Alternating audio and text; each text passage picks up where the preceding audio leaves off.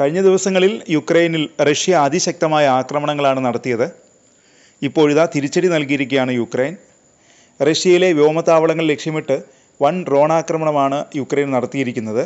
റഷ്യയ്ക്ക് നേരെ യുക്രൈൻ നടത്തിയിട്ടുള്ളതിൽ വെച്ച് ഏറ്റവും വലിയ ഡ്രോൺ ആക്രമണങ്ങളിൽ ഒന്നാണിത് എന്നാണ് അന്താരാഷ്ട്ര മാധ്യമങ്ങൾ റിപ്പോർട്ട് ചെയ്യുന്നത്.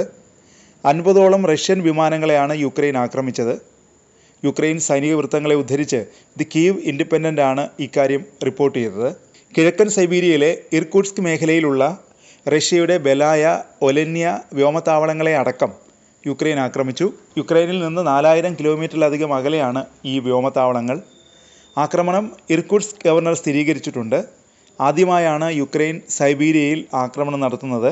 യുക്രൈൻ്റെ റിമോട്ട് പൈലറ്റഡ് വിമാനം സ്രിഡ്നി ഗ്രാമത്തിലെ ഒരു സൈനിക യൂണിറ്റിനെയാണ് ആക്രമിച്ചതെന്ന് ഗവർണർ വ്യക്തമാക്കി.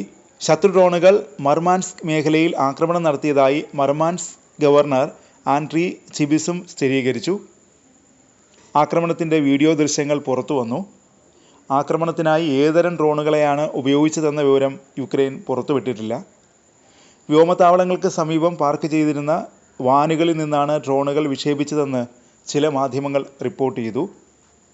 റഷ്യ തിരിച്ചടിക്കാനൊരുങ്ങുന്നതായാണ് റിപ്പോർട്ട്. ആക്രമണം നേരിടാൻ റഷ്യൻ സൈന്യം സജ്ജമായതായും മാധ്യമങ്ങൾ റിപ്പോർട്ട് ചെയ്തു. അതിനിടെ റഷ്യയിലെ പടിഞ്ഞാറൻ ബ്രയാൻസ്ക് മേഖലയിൽ റെയിൽവേ ട്രാക്കിലേക്ക് പാലം തകർന്നു വീണ് ട്രെയിൻ പാളം തെറ്റി. അപകടത്തിൽ 7 പേർ മരിച്ചു. 30ഓളം പേർക്ക് അപകടത്തിൽ പരിക്കേറ്റു.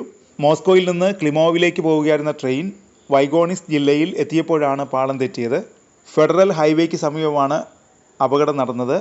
അപകടം അട്ടിമറിയാണെന്നും മാധ്യമങ്ങൾ റിപ്പോർട്ട് ചെയ്യുന്നു.